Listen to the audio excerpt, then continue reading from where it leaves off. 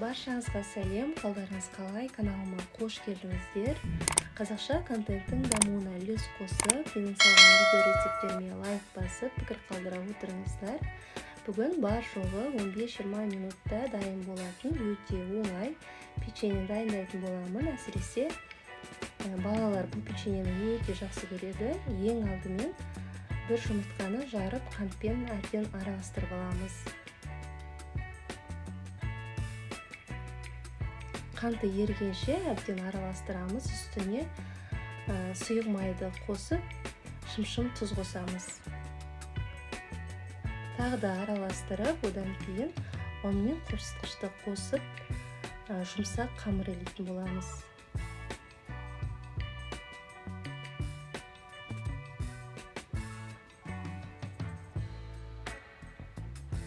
Құрамына қажетті заттардың мөлшерін осы видеоның астына жазып қойдым.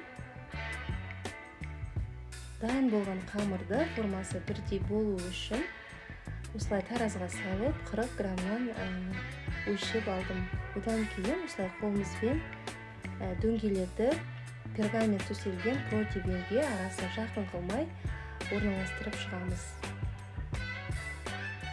Себебі пешке салғаннан кейін печеньеміз көтеріліп, бір-біріне жабысып қалуы мүмкін. Одан кейін бетіне шамышқымен ақырындап басып шығамыз.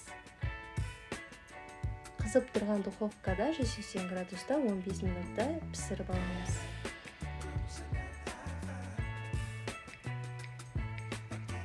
Міне осымен өте оңай әрі дәмді, жұп-жұмсақ печеньелеріміз дайын болды.